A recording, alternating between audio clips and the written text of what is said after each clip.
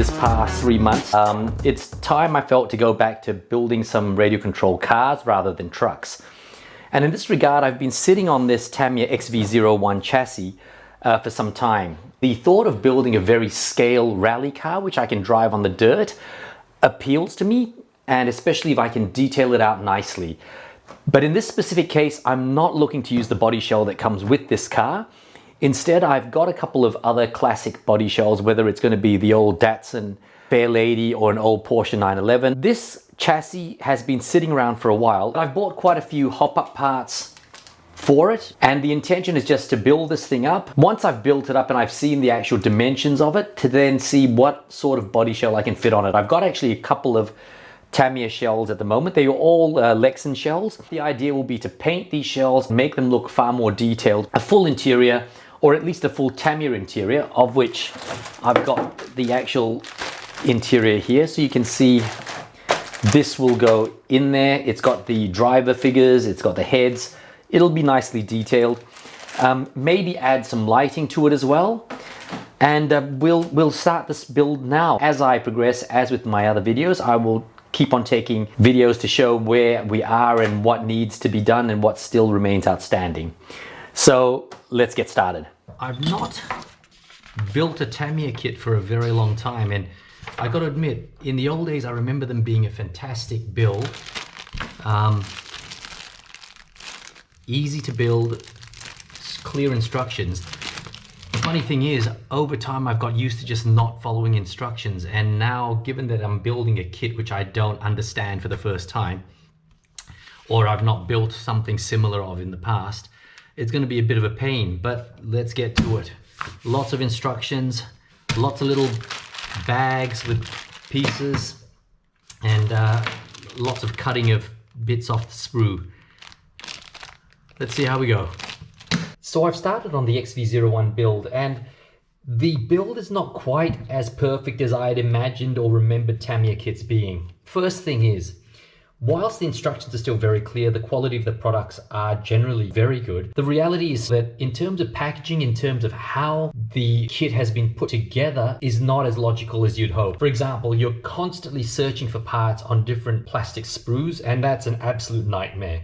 I'd be honest to say that I'm spending more time looking for parts on the plastic sprues and cutting them off than I am actually doing the build. The second thing is they have made a little clause proviso down here which actually does say parts are very tight fitting, and as a result of that it's for more experienced builders. But again, it's not what I remember the Tamiya kits to be, in that you'd have to do a lot of sanding. So make sure you've got some sandpaper with you, because things such as these differentials where you're actually looking to put the ball bearings onto, these are rather tight fitting and you need to sand them down. Pinions inside needed to be sanded down. So it's not as easy to put together as I remember Tamiya kits to be. Again, still very easy for most builders, but do take note, it does take more effort than a typical kit from, say, a Traxxas or an Axial for that matter. Started putting all this stuff together and I suddenly remembered that I have all these alloyed parts, and I've now just got to remember to actually put them on as I'm building rather than going back and forth. So we've got pretty far in the build. In fact, I've basically completed the chassis, and I decided rather than going step by step and bore you all with that, I would just build it, understand exactly what was wrong with it, and from there just do a complete summary of the overall build. Everything more or less went together as expected. You need to have some sandpaper to sand some of the axle components, some of the bearing housing, in order to get them to fit, because they are very tight tolerances and there is a need to sand some stuff down. In addition to that, I actually did find that there was a significant amount of slop in the gearboxes in terms of side to side shifting of the various gears, and the problem here is that some of the axles are 4mm in size, and it made it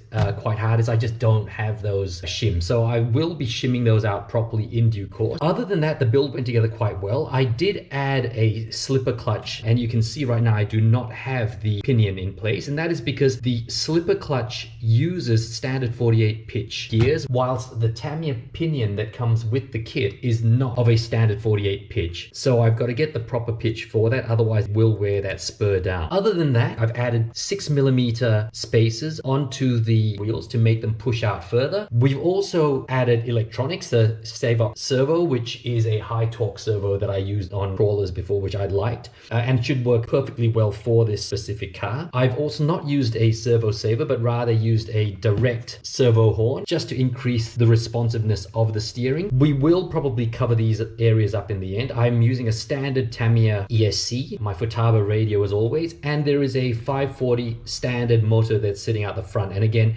whether or not I will increase the power remains to be seen. I don't want it overpowered and crashing. Magnets have also been added already for the body shell. The body shell will be a classic Nissan 240. So you've got an interior that will sit here together with the shell. The width of this shell is quite narrow. The space are pushing the tires to the outer limits, but I want that for handling purposes. You can see from the underside, all the Yeah Racing aluminium components have been added for durability's sake, because I'd understood that some of these mount positions did break, where the arms mount to the chassis when rocks etc get stuck in them, and against that we do want to make sure that there is durability on this chassis. Other than that, steering has also been changed to the Yeah Racing, as well as some Tamiya components. I'm still waiting on some other metal bits, for example the rear bracing for the arm. We're pretty much getting there now. It's getting to the fun bit for me, which is actually doing the body shell. I'll show you how we progress on that.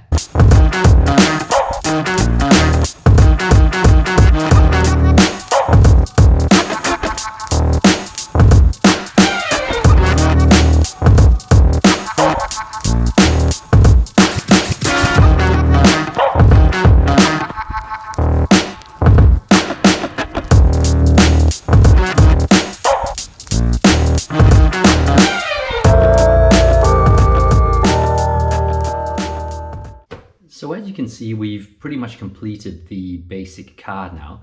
Chassis done, body shell's done, interior's also been done. Rather than using the stickers provided to do the front bonnet, I decided to do a full spray paint. Now this was a bit tricky, admittedly, around these curves internally. This was a more permanent solution so that then I wouldn't be having the stickers peeling off on the arches. Also, this should be painted a matte color or have a clear coat of matte on the outside of the shell.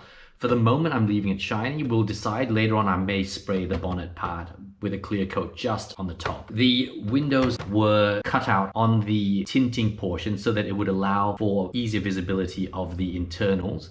Besides that, I'm still going to work on details. I plan on putting lighting into the system, a few things such as kill switches, external emergency switch on the outside, wipers, etc. But these will all come slowly but surely. Besides that, the car itself is already pretty much complete. We're ready to have it run, and we'll get outside and do some videos of it in due course. The idea with this one is really not to push it hard. It's more of a car to be used on tighter dirt track that will act very much like typical rally stages, and I think that'll be quite fun with this. And that's why I've kept the original 540 motor in this specific car for the time being. This is pretty much it. So I'm quite happy with this build. As we progress, I'll show you more, especially in the details on the body shell itself. I do hope you enjoyed seeing the build of this car, and I look forward to seeing what adventures I can create with it. Thank you very much.